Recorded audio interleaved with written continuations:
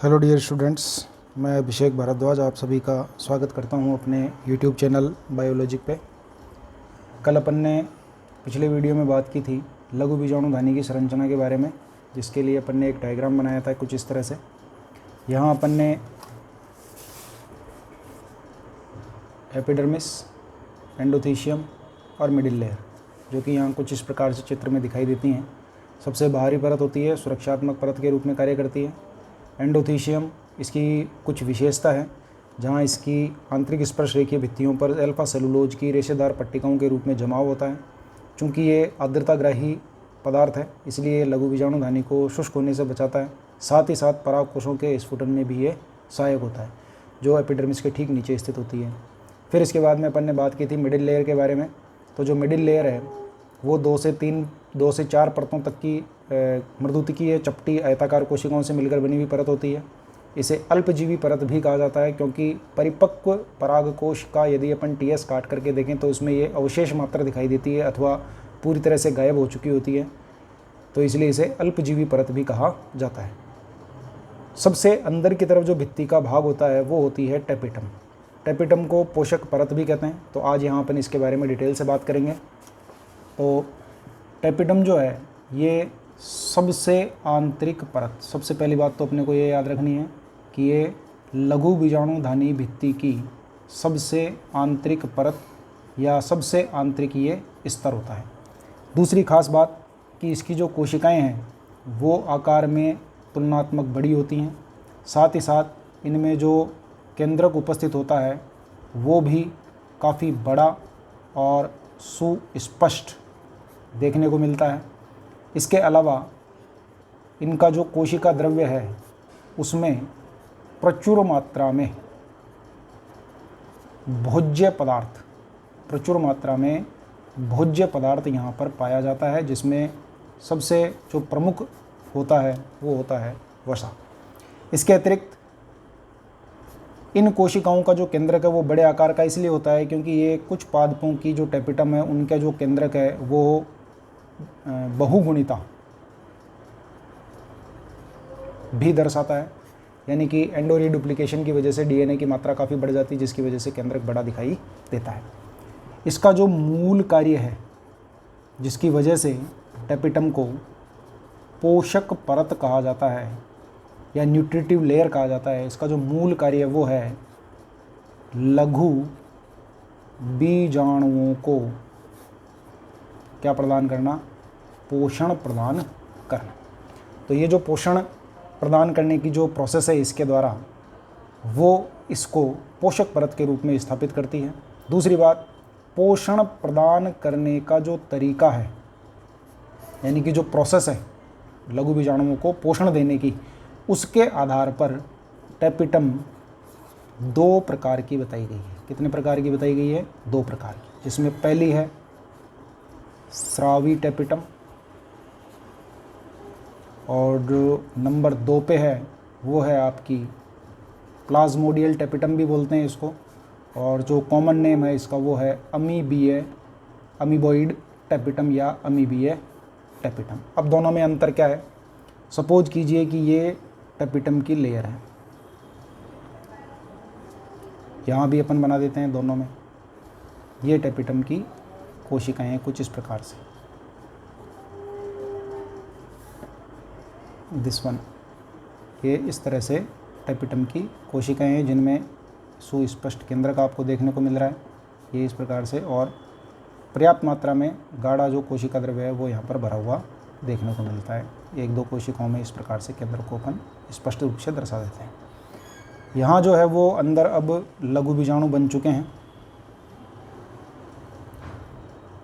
ये इस प्रकार से ये लघु बीजाणु बन चुके हैं। अब बात आती है इसके प्रकार की, तो प्रकार जो है वो पोषण के तरीके पर डिपेंड करता है। स्रावी टेपिटम में क्या होता है कि जो कोशिकाएं हैं, जितनी भी कोशिकाएं हैं टेपिटम में, वो एक निश्चित समय अंतराल के पश्चात यहाँ से भोज्य पदार्थ अंदर की ओर स्रावित करती हैं, यानी कि कुछ समय में यहाँ से जो अंदर भोज्य पदार्थ भरा हुआ है वो यहाँ इनको दिया जाता है।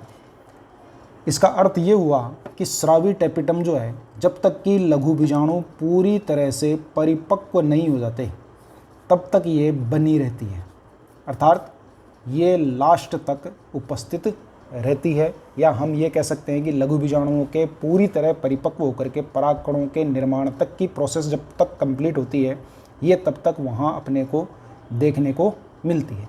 कारण कि यहाँ से जो भोज्य पदार्थ है वो थोड़ी थोड़ी मात्रा में धीरे धीरे स्रावित किया जाता है, इसलिए इसको कहा जाता है स्रावी टेपिटम। मोस्टली जितने भी एंजियोस्पर्म्स हैं, अधिकांश जितने भी एंजियोस्पर्म हैं, उनमें इसी प्रकार की टेपिटम देखने को मिलती है। दूसरा जो प्रकार है वो है आपका अमीबीय टेपिटम। यहाँ क्या होता है कि यहाँ जितनी भी अमीबीय टेपिटम की जो कोशिकाएं या जो जिन्हें हम टेपिटम कोशिकाएं कह रहे हैं, वो एक साथ विघटित होकर के अपना संपूर्ण कोशिका द्रव्य या जो जीव द्रव्य जिसमें भोज्य पदार्थ उपस्थित होता है वो पूरा का पूरा एक साथ छोड़ देती हैं। तो अवशेष के रूप में कुछ इस प्रकार की स्थिति रह जाती है। टेपिटम नाम मात्र की दिखाई देती है और अंदर जो पड़े हुए ये इस प्रकार के जो लघु बीजाणु हैं, वहाँ जो अंदर भोज्य पदार्थ है वो कुछ इस प्रकार से चारों तरफ इनमें ये फैल जाता है, जो कि देखने में लगभग प्लाज्मोडियम या प्लाज्मोडियल जो कंडीशंस होती है वो, या जिसे हम कह सकते हैं अमीबीय कुछ स्ट्रक्चर देखने को मिलती है, अमीबिया की तरह देखने को मिलने लग जाता है, इसलिए इसको अपन यहाँ अमीबीय टेपिटम कहते हैं। टाइफा, ट्राइस्केंशिया, ये कुछ ऐसे एग्जाम्पल हैं जिनमें इस तरह की टेपिटम देखने को मिलती है। अब ख़ास बात यह है कि ये लास्ट तक बनी रहती है और ये प्रारंभिक स्थिति में ही, जैसे लघु बीजाणु बनते हैं, लघु बीजाणु चतुष्क से एक दूसरे से वो अलग अलग होते हैं, उसी समय ये पूरी तरह से विघटित होकर के अपना संपूर्ण जो कोशिका द्रव्य जो भोज्य पदार्थ है वो एक साथ स्रावित कर देती है और उसके बाद में ये नाम मात्र का अवशेष रहता है, यानी कि पराग कणों के निर्माण तक की प्रोसेस में उस स्थिति में इन पादपों में टेपिटम देखने को नहीं मिलती। तो ये दो मुख्य प्रकार हैं इसके, एक स्रावी टेपिटम और एक अमीबीय टेपिटम। एग्ज़ाम में आपसे ज़्यादातर प्रकार पूछे जाते हैं या फिर आपसे इसके कार्य पूछे जाते हैं, तो आपको दोनों ही इस प्रकार से बना करके बताना है। अब इसके बाद जो नंबर आता है वो आता है नंबर 5 पे। यहाँ इस डायग्राम में अगर अपन देखें तो नंबर 5 जो है वो सबसे आंतरिक जो है वो है आपका स्पोरोजिनस टिश्यू।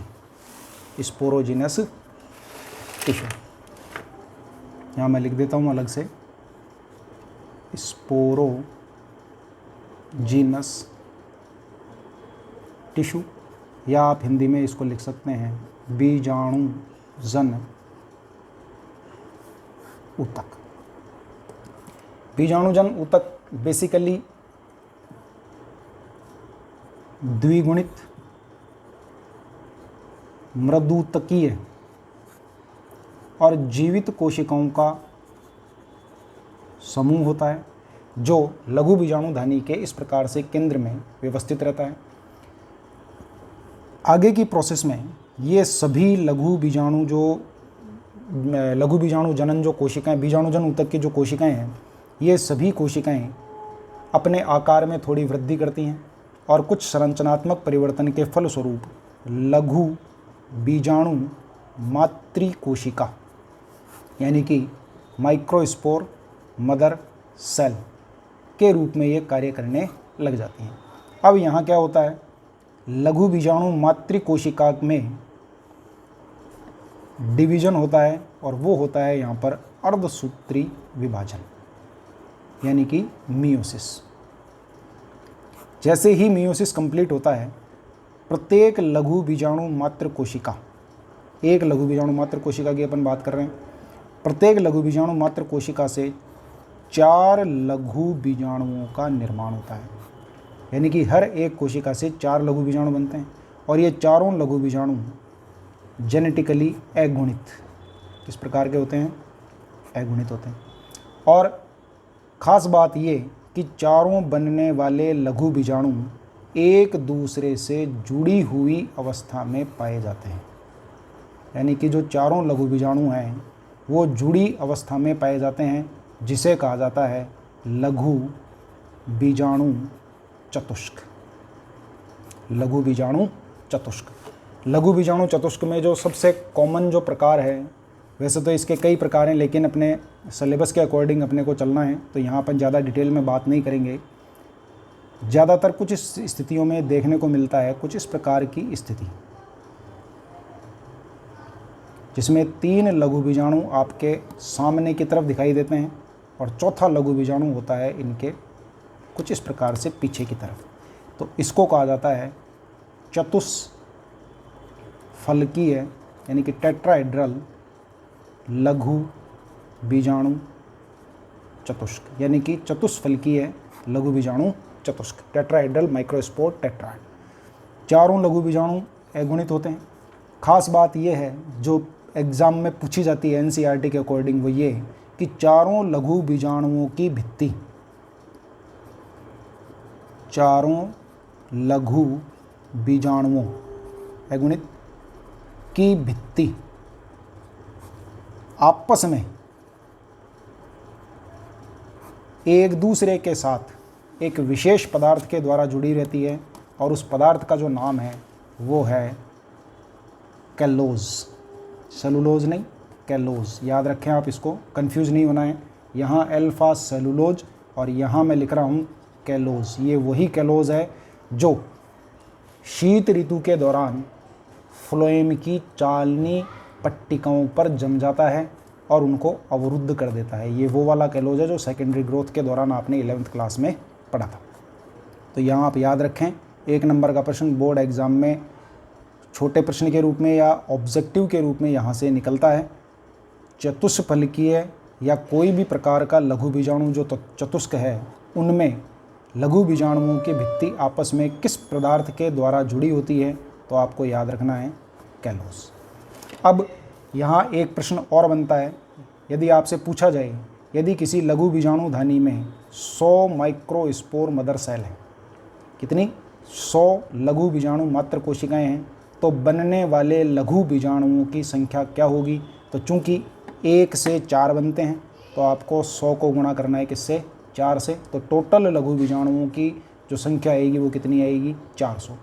आपसे दूसरा उल्टा करके भी पूछा जा सकता है कि यदि किसी लघु बीजाणु धानी में 400 लघु बीजाणुओं का निर्माण होता है तो वहाँ उसमें कितनी लघु बीजाणु मात्र कोशिकाएं भाग लेंगी, या कितनी लघु बीजाणु मात्र कोशिकाएं 400 लघु बीजाणुओं का निर्माण करेंगी।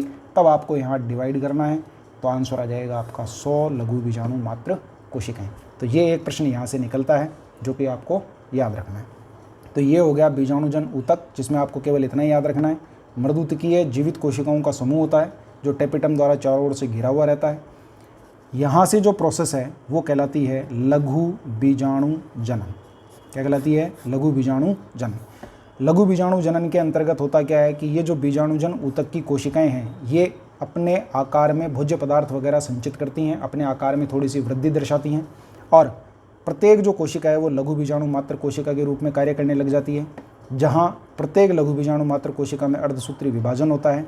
फलस्वरूप प्रत्येक लघु बीजाणु मात्र कोशिका से 4 अगुणित लघु बीजाणुओं का निर्माण होता है। इसे कहते हैं लघु बीजाणु जनन। जो मेन इंपॉर्टेंट बात है वो ये आपको ये याद रखनी है, चारों लघु बीजाणु चतुष्क अवस्था के रूप में पाए जाते हैं, अर्थात चारों जुड़ी हुई अवस्था के रूप में पाए जाते हैं, जहाँ इनकी भित्ति आपस में जिस पदार्थ के द्वारा जुड़ी होती है उस पदार्थ का नाम है यहाँ पर आपका कैलोज। तो ये हो गया आपका लघु बीजाणु जनन। लघु बीजाणु जनन होने के पश्चात दूसरी जो स्टेप आती है वो ये आती है कि यहाँ जो लघु बीजाणु हैं, लघु बीजाणु चतुष्क, लघु बीजाणु चतुष्क में जो कैलोज है वो कुछ समय पश्चात घुलने लगता है, और लघु बीजाणु चतुष्क का कैलोज घुलने की वजह से चारों लघु बीजाणु एक दूसरे से अलग अलग हो जाते हैं, जिसमें प्रारंभिक स्थिति में वो लगभग ट्राइएंगुलर शेप में अपने को कुछ इस प्रकार के दिखाई देंगे, लेकिन कुछ ही समय पश्चात ये अपना मूल आकार प्राप्त कर लेते हैं। कारण क्योंकि यहाँ जैसे ही ये बनते हैं तो यहाँ जो आपको एक टेपिटम दिखाई दे रही है, ये टेपिटम इनको पोषण प्रदान करने लगती है, जिसकी वजह से इनकी जो आकृति है वो ट्राइएंगुलर से लगभग पूरी तरह से ये गोलाकार हो जाते हैं, और प्रत्येक लघु बीजाणु में सुस्पष्ट अगुणित केंद्रक दिखाई देता है, और यहाँ इनमें कोशिका द्रव्य भरा हुआ रहता है। केंद्रक में टोटल गुणसूत्रों की संख्या आधी होती है, चूँकि अर्धसूत्री विभाजन के फलस्वरूप ये बने हैं। अब यहाँ लघु बीजाणु जो हैं वो आगे पराग कणों में परिवर्तित होते हैं, जहाँ क्या होता है कि टेपिटम के द्वारा वसीय बुंदक स्रावित किए जाते हैं, जो प्रोयुबिशकाय क्या कहलाते हैं, प्रोयुबिशकाय। और ये प्रोयुबिशकाय स्पोरोपोलेनिन से मिलकर कन्वर्ट हो जाती है किसमें, युबिशकाय में। और ये जो युबिशकाय हैं, जो कि बेसिकली स्पोरोपोलेनिन जिनमें पाया जाता है, ये लघु बीजाणुओं की जो सतह है या जो बाह्य भित्ति है उस पर धीरे धीरे इनका होने लगता है जमाव। जैसे जैसे इनका जमाव होता है तो ये लघु बीजाणुओं के चारों ओर एक अतिरिक्त या एक एक्स्ट्रा कठोर दृढ़ भित्ति का क्या कर देते हैं, निर्माण कर देते हैं। दृढ़ भित्ति जो है ये कहलाती है एक्साइन। ये क्या कहलाती है, एक्साइन। और जैसे ही किसी लघु बीजाणु के चारों ओर एक अतिरिक्त एक्साइन भित्ति का निर्माण हो जाता है, जो कि यहाँ ऑर्नामेंटल यानी कि एक प्रकार से विशेष प्रकार के प्रक्रम में जुड़ी हुई रहती हैं, या एक पर्टिकुलर मैनर या डिज़ाइन के रूप में ये बनती है, ऐसी स्थिति आने पर अब इस संरचना को लघु बीजाणु न कह करके इसको कहा जाता है पोलन ग्रेन, यानी कि पराग कण। तो जो पराग कण की बाह्य भित्ति है वो कहलाती है एक्साइन। ये जो आंतरिक भित्ति है वो कहलाती है इंटाइन। और अंदर इसमें अगुणित केंद्रक पाया जाता है, न्यूक्लियस, और कुछ मात्रा में यहाँ कोशिका द्रव्य भरा हुआ रहता है। तो खास बात जो है वो ये कि पराग कण की बाह्य भित्ति स्पोरोपोलेनिन जैसे पदार्थ के द्वारा निर्मित होती है, जो कि अजैव या जैव अनअपघटनीय नॉन बायोडिग्रेडेबल पदार्थ होता है, जो कि पराग कणों को जैविक अपघटन से क्या प्रदान करता है, सुरक्षा प्रदान करता है। इसीलिए परागकण जो हैं वो जीवाश्म के रूप में हमें आज भी प्राप्त होते हैं। पुराने कई सौ हज़ारों साल पुराने परागकण भी जीवाश्म के रूप में प्राप्त हुए हैं। उसका मूल कारण है वो ये कि परागकणों की जो बाह्य भित्ति है उस पर स्पोरोपोलेनिन नामक पदार्थ का जमाव पाया जाता है, जो कि बेसिकली जैव अनअपघटनीय पदार्थ होने की वजह से पराग कणों को जैविक अपघटन से सुरक्षा प्रदान करता है। अगले वीडियो में अपन पराग कण की डिटेल स्ट्रक्चर और पराग कण के केंद्रक में या उसकी संरचना में किस प्रकार परिवर्तन होता है, जिसके फलस्वरूप नर युग्मकोद्भिद यानी कि जिसे हम कह सकते हैं मेल गैमेटोफाइट यानी कि नर युग्मकोद्भिद का डेवलपमेंट किस प्रकार से होता है वो अपन पढ़ेंगे अगले वीडियो में, जिसमें परागकण की संरचना और उसके साथ साथ नर युग्मकोद्भिद के विकास की प्रक्रिया पूरी आएगी। तो बने रहिए मेरे साथ। Thank you.